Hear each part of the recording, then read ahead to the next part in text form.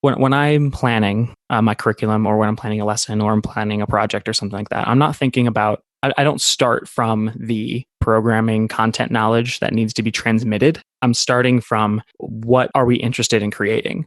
And so that always starts with a conversation with my classmates, my students, my colleagues, whoever I'm working with in that moment. And from there, we're kind of collaboratively designing stuff, and we're treating ourselves as a collective of artists who are trying to say something about the world using the stuff we make, not necessarily a collective of entrepreneurs who are trying to solve a problem. Sometimes people are interested in solving problems.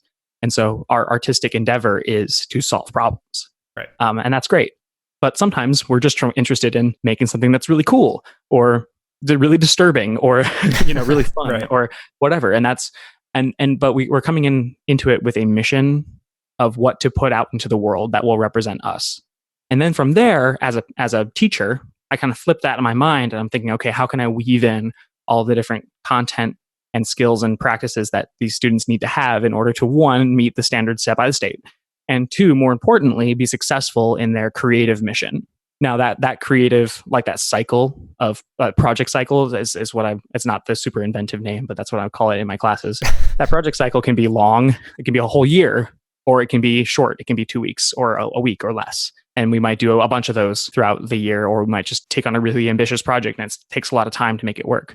But when I'm in the classroom with students, I'm a team member. I'm part of that process of trying to help them create that thing. And sometimes I'm leading more, and sometimes I'm just stepping back and like throwing out clues. But I'm not playing the role of the expert transmitting knowledge for them to replicate and prove to me that they know. I'm not playing the role of somebody who is their boss, who's trying to get them to do something specific. I'm playing the role of a co-creator, a collaborator, or a facilitator.